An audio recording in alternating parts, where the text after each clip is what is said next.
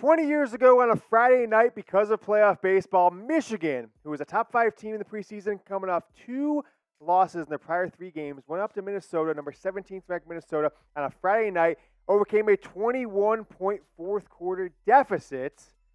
But they got the scoring started. Shut out in the first half. They got the scoring started in the third quarter with a pass to John Navarre, who rumbled down the sideline 37 yards for Michigan's first score of the night. Who threw that pass? I want to see who has got the best Michigan football trivia 20 years ago.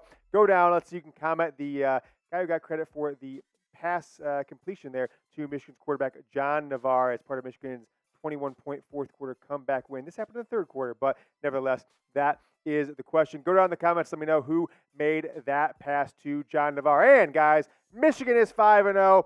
I was looking at our analytics today. We haven't had a video that got over 300 likes in like 3 weeks. So go ahead and like the video if you like being 5-0 and want to put out the 2023 good vibes. If you don't click that like button, bad things are going to happen in this Michigan football program. That I can count on, tell you right here with full validity. Like the video. We are going to talk all things Michigan football, depth chart, a little bit of polls, and more on Jim Harbaugh's squad. Let's get going right now.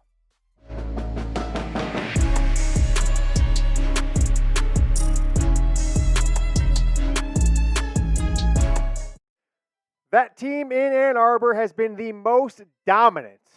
Now, you're going to say, well, James, who have they played? They've been the most dominant team based on who is on their schedule in all of college football through a September that feels like it lasted forever. I mean, this is one of the rare years, probably happens, one out of every 4 or 5 years, that there are 5 games in the month of September. And without a bye week, Michigan, of course, played all 5 of those weeks. They're doing some absurd things. There's a lot of stats out there just showing how dominant Michigan is. And with Washington kind of struggling to put away Arizona on Saturday night, Michigan has the only team that scored more than 24 points or 24 points margin of victory in all of their games. Georgia, by the way, has had multiple games so far this year. South Carolina, Auburn, and just in general that they haven't looked great. 2 games they could have lost had deficits in the second half. Funny enough, Michigan has not given up a single point in the third quarter all year. And frankly, out of the 30 points that they've given up all season long, only 13 of those have come against their starters. So a lot of talk out there that maybe Michigan should be number 1. Joel Klatt from Fox Sports, who's called a lot of Michigan games over the years, he's got Michigan number 1 in his poll, as do many others. We'll show you that new AP poll in a second, see what you guys think on that. But did want to mention this, kind of a bummer for Cade McNamara. He got injured in Saturday night's game for Iowa-Michigan State, and it looks like he's going to be out for the season with a leg injury suffered, as you see, against Michigan State. Brett McMurphy reporting that this afternoon. So good luck to Cade. Come back strong, another year of eligibility in 2024. Come back strong, get that quarterback job again with Iowa, and prove to the doubters what you hope to prove this year, which won't, of course, happen because of the injury. While we're here, guys, make sure you're following me on Twitter as well. It's at James Yoder. Do it. Just go ahead. Do it right now. Down in the comments and description is a link, or just go to Twitter and type in at James Yoder. You're watching Michigan Football Monday. I am your host, James Yoder, coming at you from Chat Sports' new studios. Got a lot of construction going on here. But as promised, we will be back at you with a video every single day this month, November, December, through the Natty and then signing day in February. My top story today, getting back to it, is Michigan's case as the number 1 team in college football. Bill Connolly from ESPN puts out his SP Plus rankings, and he's had Michigan number 1 now for a couple straight weeks. He had a nice article today just proving how dominant Michigan has been relative to the competition, but just also relative to what other teams are doing around college football towards their competition. And you can't really look at Michigan's opponents anymore and say, oh, they're just a bunch of chump opponents, right? Rutgers is 4-1. They beat Northwestern. They beat Virginia Tech, an ACC team. Who just beat, was it Bowling Green, I think, just beat Georgia Tech. Now, I know Georgia Tech stinks, but they're an ACC team just this past weekend.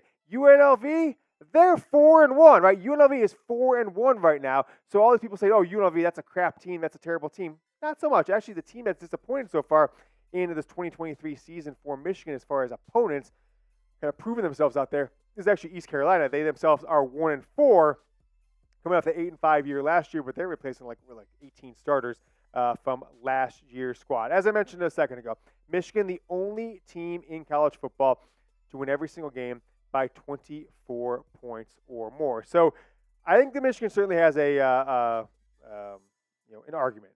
If they continue on to the next few weeks, right, bye week coming at the end of October, you've got Minnesota this week who, all right, Minnesota hasn't turned out to be that good of a team this year. Then you've got Indiana. Then you've got Michigan State, one of the all-time, first 8-game weakest slates maybe we've ever seen. Then you got a bye week there, the fourth Saturday in October. I don't know if Michigan's going to jump Georgia unless Georgia loses, but if you were as dominant the next 3 games as you were the last game against Nebraska, maybe you convince some of these AP poll voters to bump their votes to Michigan as number 1. Take a look at it right now. Just a couple weeks ago, Georgia had like 58, 59 of the 63 first-place votes. Now they've got just around half, a little more than half, but right around their half there, 35 of the 63 votes in the AP poll. Michigan, though, pops up to having 12. Texas with 10, Ohio State 1, Florida State 4. I think those Florida State voters are maybe thinking about LSU and Clemson as better wins than they have turned out to be, with both those teams having 2 losses, but I digress. Texas is going to play a top 12, 15 undefeated Oklahoma team on Saturday. So if they perform and if they blow them out, let's say they win by 17 plus, maybe even 14 plus, I'm guessing you're going to see the polls reward them for that win in Alabama, and maybe Michigan does actually drop down to 3 instead of jumping up to number 1.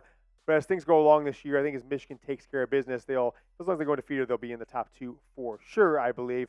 But as of now, Michigan gaining some ground on Georgia, getting closer than they ever have to that number 1 ranking that has eluded them for more than 25 years. I mentioned this a few moments ago. It was in that Bill Connolly article, his kind of SP plus power ratings. Take a look at what Michigan's done this year. In the first quarter, only go up 7 points so far. That was against Rutgers, one of the first drive of the game. And then Michigan scored every point after that, right? So you give up 7, you score the last 31. Second quarter, they've been more dominant even, right? 58-6, couple field goals in there. Was Bowling Green, I think, was actually both those field goals in that game. Maybe I could be off by that. But where things get really crazy is the third quarter coming out of halftime. Michigan dominating 55-0. Have yet to give up a point this year. So 13 points against the starting defense. And when the third and the fourth, sometimes the second stringers come in, Michigan's not really doing anything on offense, scoring only 17 points in 5 fourth quarters, giving up 17, which, heck, if they haven't given up those 17 points in the fourth quarter against the backups, I mean, we could be talking about a team giving up less than 3 points per game after 5 games. Take a look at Michigan's 6th opponent on this season. You've got Minnesota. They were losing, looking terrible in the opener. It was a Thursday night game, I think it was, the opening weekend, Labor Day weekend. So everyone really in the country, college football, had their eyes on Minnesota that game. I think Utah, Florida was happening at the same time, so maybe half the country. 3-2 right now they are, 1-1 in the Big Ten. Best win was, ironically, that win against Nebraska, where they were down by a touchdown, down pretty much the entire game until the fourth quarter. Worst loss, folks, they were up 3 scores going into the fourth quarter at Northwestern. That's right, they were up 21 points. You're up 3 touchdowns in the fourth, ultimately lost in overtime, 37-34. So this is not a team. You've also got a loss in there to North Carolina, like 31-13. This is not a Minnesota team that I think Michigan fans expected coming into this season. I think it was a 9-win season last year. This is going to be a 5-7 Minnesota team or something like that, all things said and done. So Michigan really should take care of business. And the pollsters, or the odds makers, I should say, think that they will. Michigan a 3-score favorite, 20.5-point favorites in this one, over under 47.5. So, things will probably shake out with Michigan just like every game so far this year. It's whether or not they score late, whether or not they get into the 40s, maybe the 30s. Don't expect Minnesota to really score much of anything, I would expect, given what that defense has done for Michigan and really how poor the Minnesota offense has played so far this season. So I'm going to ask you guys this question. Go down in the comments. Let me know what you're thinking. Michigan at Minnesota coming up Saturday night, NBC primetime game. What will the score be? Make your score prediction. Let's see if anybody can get it right. My score prediction, I've got this one, 42-7 to Michigan. Winning this one, coming off their best win of the season at Nebraska. I think they're going to keep the good vibes rolling on the road. Michigan gets the win at 42-7. Go make your prediction down in the comments. How about Keon Sabb? 5 games into the season, 5 games as a starter. All right, Rod Morrison back for 2 games. Rutgers, now he's back for Nebraska, but he's not in the starting lineup. Right? Michigan's possible All-American safety Rod Moore. People were talking about he's going to maybe go pro. So injury. But did he lose his job? I'm not really sure what to think of it, right? Rod Moore was in there late with the backups. Jim Harbaugh said he just wanted to get him more acclimated with the flow of the game. I think Saturday is going to be telling. This coming Saturday at Minnesota. If Keon Sabb is in the lineup for Michigan again, starting lineup, and Rod Moore is playing more of a backup role, 3 games in, that's half the season down, right? 6 games in, and 3 of those 6 games Rod Moore has played and been a backup to Keon. I'm not sure that maybe we just won't realize and look up and say, wow, our all-conference safety, our all-American potential safety, our third-year starter, Rod Moore, started as a true freshman. Could he lose his starting job? I mean, I really hope that he doesn't lose it for injury, and it's not because he is struggling or anything like that. But if he is at top level and Keon Sabb has actually beat him out, you can't say that's a bad thing by any means. But we're going to find out Saturday who is in the starting lineup for this Michigan football team. All right, guys, I'm going to talk about Michigan football stats here in a moment. But I did want to tell you about today's presenting sponsor, and that is Prize Picks.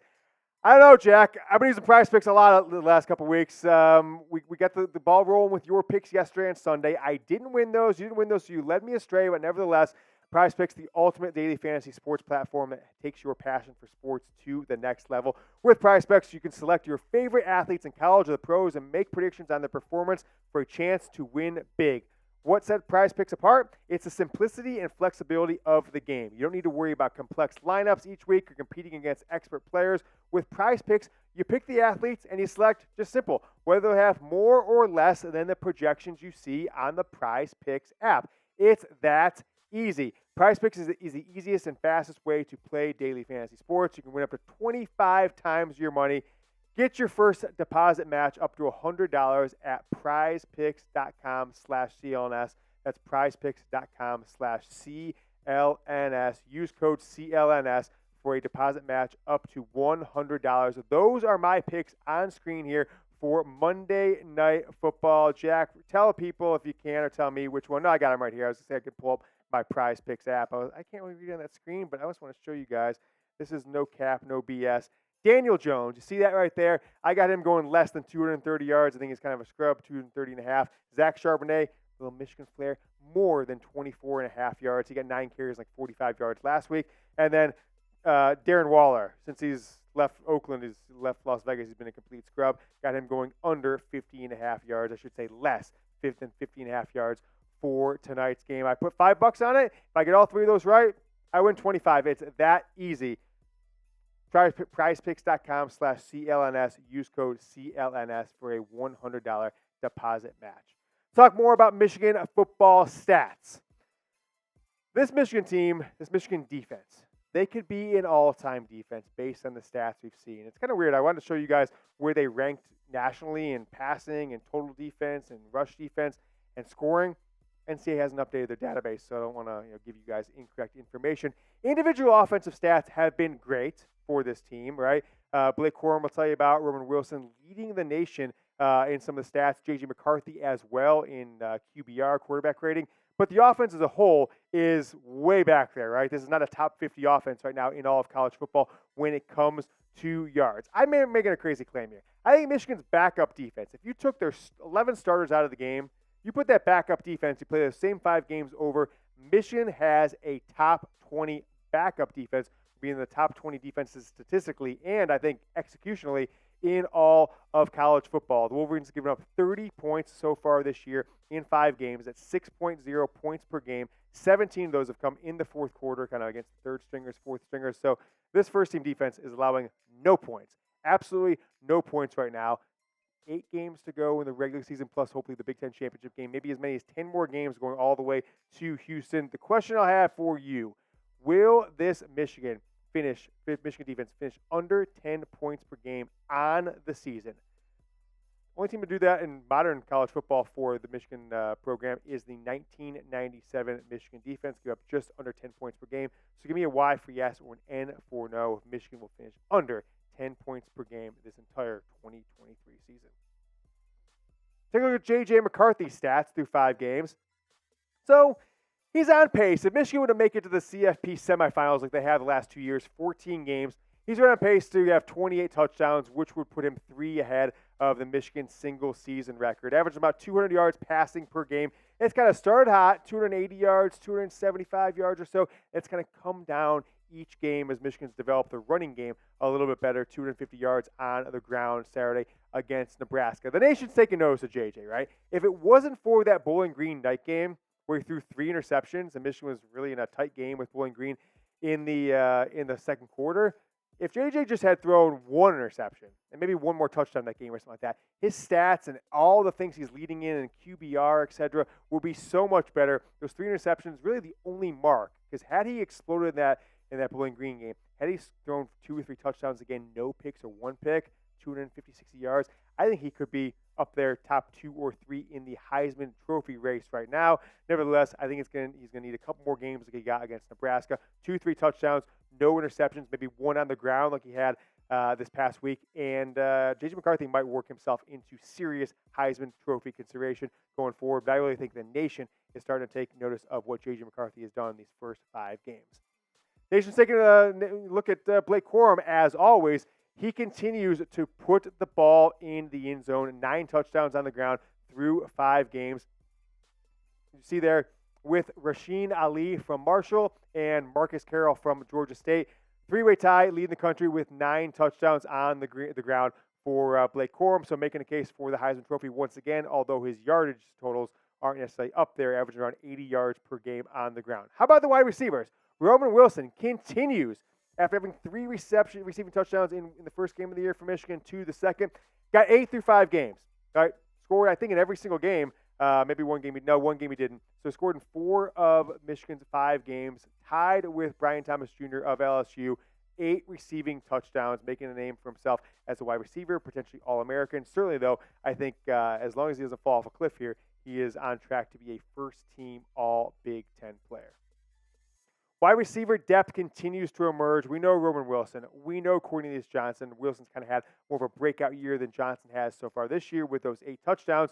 3 true freshmen, as long as returning sophomore who hasn't played at all this year due to injury, Darius Clemens, has given Michigan really a ton of depth that a lot of people, myself included, didn't expect it, didn't know where it would come from. Talk more about those wide receivers in a second, but did want to tell you about our next milestone here at the company, at the show. 28,000 subscribers is right around the corner. You can watch the show without subscribing, but we know if you subscribe, we prioritize your comments if you're a subscriber, and more subscribers lead to bigger audience, bigger I guess credibility within the YouTube community. So help us grow the channel. Help yourself by making sure our content's always in your YouTube feed. Hit that subscribe button or send that link. It's also down in the comments and the description, youtube.com/Michigan TV. Send it to your friends. Send it to your group chat. Share it to Facebook, whatever you can do to help us grow this channel. Snap counts against Nebraska. Wide receiver snap counts. Cornelius, 32. Roman Wilson, 26. Okay, cool. Those are the starters. Now, Tyler Morris has really developed into that 3rd wide receiver in the starting lineup. I think you can just put him in there. He's your 3rd starter at wide receiver now, 5 games into the season. Darius Clemens got in the lineup, 23 snaps for him, 2 catches on the day against Nebraska. But those 3 true freshmen, Fred Moore, Samaj Morgan, who's been like the freshman player of the week, I think 3 of 5 weeks for Michigan so far this year, not the conference or anything, but Michigan rewards their own freshman of the week. So Samaj Morgan, wide receiver, scored last week against Rutgers. Carmelo English, been a little quiet lately. And then spring game superstar Peyton O'Leary had 12 snaps this past week against Nebraska. So these 3 true freshmen, I think it bodes well for the future, especially what we've seen from Samaj Morgan being able to make plays, especially in the end zone, after Roman Wilson and Cornelius Johnson, who most likely will both leave after this season. You will not freak out as much on who's catching the ball for Michigan going forward. Now, who's throwing the ball, though, I think that could be discussed at a later show. I don't know what Michigan's quarterback depth looks like after this season. JJ goes pro. I'm not sure you've got anybody behind him that you can think is a realistic starter for this Michigan football program. Wide receiving stat leaders against Nebraska.